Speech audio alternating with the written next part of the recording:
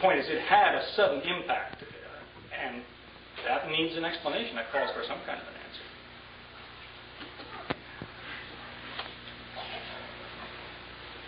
Yes, don't be shy. Yeah.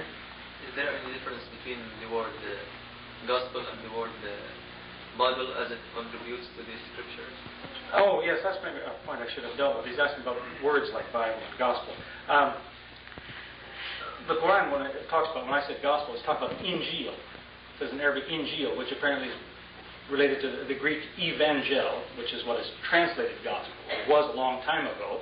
Today it might better be translated as good news. But Injil, this evangel, was a message. It wasn't necessarily a book someplace. It was in the 2nd century that the collections of the accounts of the life of Jesus got the nickname Gospels, when technically virtually any Christian makes that distinction to say, well, these are the 4 Gospels, but the Gospel of Jesus is a message. It's not these 4 books. These 4 books have the Gospel in them somewhere. So the Quran is talking about what was it Jesus said, not what are those 4 Injils there. As to Bible, that was my point in the first place, that that's just an English nickname. It just means library.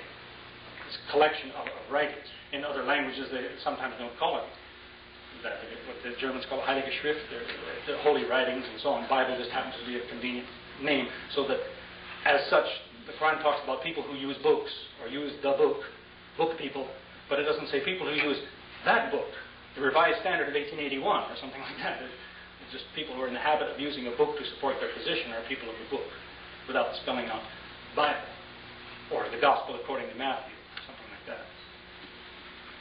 Okay, maybe that's all our time. Thank you again.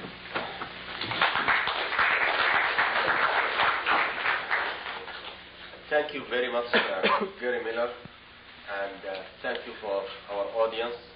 They told me that today is not an appropriate time for such a lecture because it's Monday night, and it's the opening season for the football. But nevertheless, we have a good turnout, and I think the people who have gathered here to hear this lecture, they will go back and think about it. And this is the message which we have. If we can go back with it, this is the message.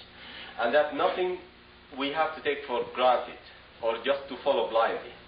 And this, the quality, the grey matter which have been bestowed on us, we have to use it because we are accountable for it, and that's the distinction between man and animal.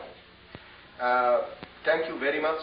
And there are really very interesting questions, but I don't want even to comment on the answers of Brother Gary Miller because he is an American and he has been responding actually to people who are in the same level of the culture. So my comments might be distracting. Thank you very much, and I would like to invite you all here that the Islamic Center is open, welcoming, and you are welcome to visit at any time, not to be taught, but to teach also.